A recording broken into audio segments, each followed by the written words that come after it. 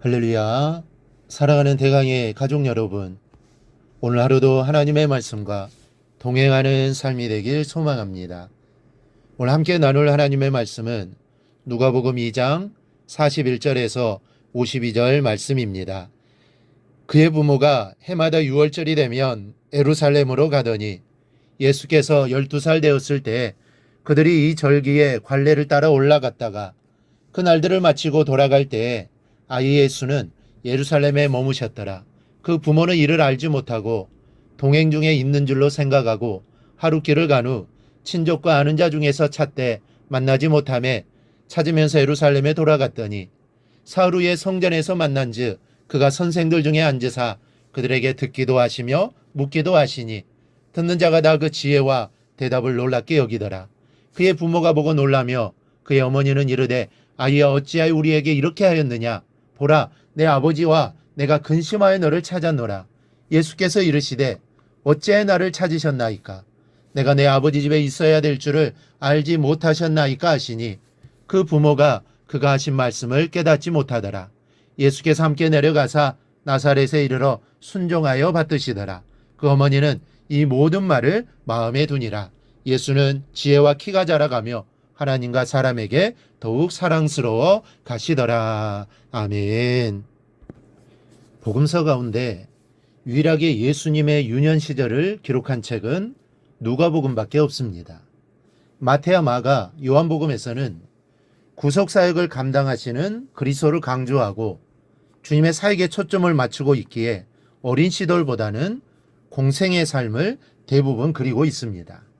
누가는 사람으로 오신 예수님의 모습을 특별히 드러내고 강조하려고 노력했기 때문에 예수님이 여느 다른 인간들과 다름없이 어린 시절부터 자라온 모습을 그리게 된 것입니다. 그러나 누가 역시 어린 시절을 자세히 다루고 있지는 않습니다. 오늘 우리는 예수님의 어린 시절의 모습과 함께 메시아로서의 이 자각을 가지고 세상을 살고 성장해 오신 주님의 모습을 볼 수 있습니다. 먼저 성경을 토론하시는 모습입니다. 예수는 12살 되던 해 유월절을 지키기 위하여 아버지 요셉과 어머니 마리와 함께 예루살렘에 올라갔습니다. 율법에 의하면 모든 이스라엘의 남자는 1년 3차례 유월절, 오순절, 장막절 절기에 하나님을 뵙기 위하여 예루살렘 성전에 나아가야 했습니다.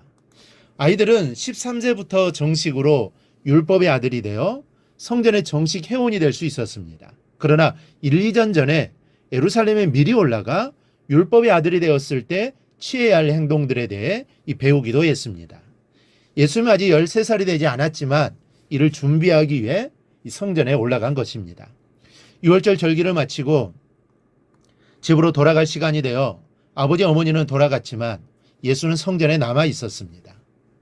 6월절 기간 동안 예수는 자유롭게 다닐 수 있었고 집으로 돌아가는 시간을 알았기에 부모는 그때쯤이면 예수가 알아서 동행할 것이라고 생각한 것입니다.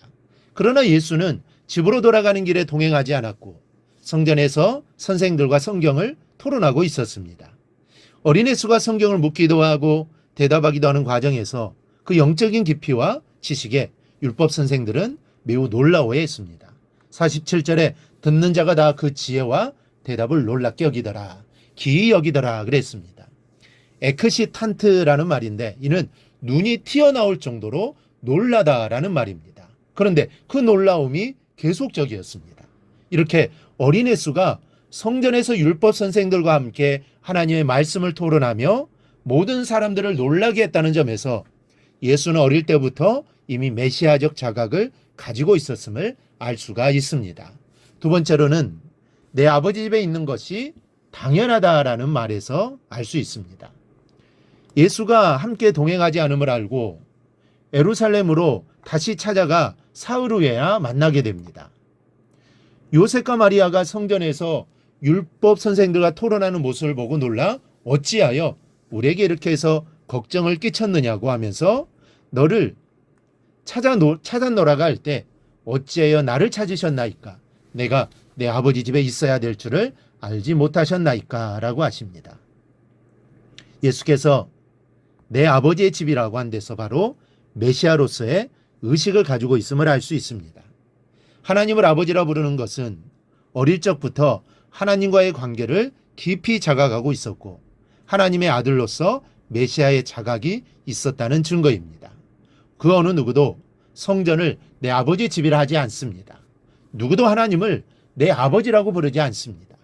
이스라엘은 하나님의 이름조차 함부로 부를 수 없어서 여호와라는 글자를 아도나이 주님이라고 읽을 정도였습니다. 그러한 저들의 의식 가운데서 하나님을 아버지라고 부르는 것은 상상할 수도 없습니다. 그러나 예수는 하나님을 내 아버지라고 부릅니다. 곧 하나님의 아들로서 메시아임을 의미하는 것이죠. 물론 오늘날 우리는 하나님을 아버지라고 자유롭게 부릅니다. 바로 예수님으로 인해 하나님과 화목해 되었고 그로 인해 하나님께서 우리를 자녀로 삼으셨기 때문입니다. 그러나 이때 예수님의 아버지라는 호칭은 메시아적 자각에서 나온 것입니다. 여러분, 동정녀를 통해 탄생하신 주님은 철저히 메시아적 자각을 가지고 자라셨고 준비되셨습니다. 준비된 주님은 때가 되었을 때 본격적으로 사역에 뛰어드시게 됩니다. 우리는 앞으로 이 주님을 보면서 배우고 변화받게 될 것입니다. 바로 이러한 은혜가 앞으로 우리에게 더욱 넘치기를 축원합니다. 오늘 묵상한 말씀을 굳게 잡고 삶으로 실천하며 살아내는 대강의 모든 성도들이 되기를 축복합니다.